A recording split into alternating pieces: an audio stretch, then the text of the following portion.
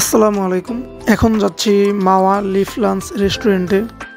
মাওয়া খানবাড়ি থেকে সামান্য কিছু দূর আগালেই চোখে পড়বে রেস্টুরেন্টের ভিউটা। খুব সুন্দর একটি রেস্টুরেন্ট, রাস্তা থেকে খুব সুন্দরভাবে দেখা যায় এই রেস্টুরেন্টের ভিউটা।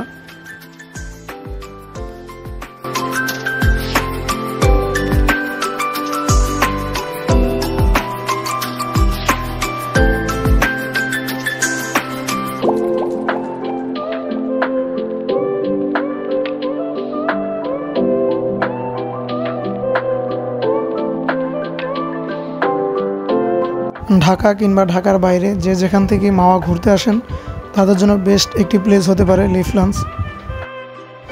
এখানকার পরিবেশ এবং প্রকৃতির যে ভিউ যে কারোরই মন কাড়বে, আপনারা আসতে পারেন। খুব সুন্দর একটি জায়গা। এখানকার খাবার দাবারের মানও খুবই ভালো।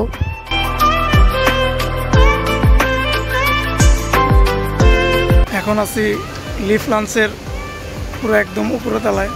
দেখতেই পাচ্ছেন ভিউটা অসাধারণ।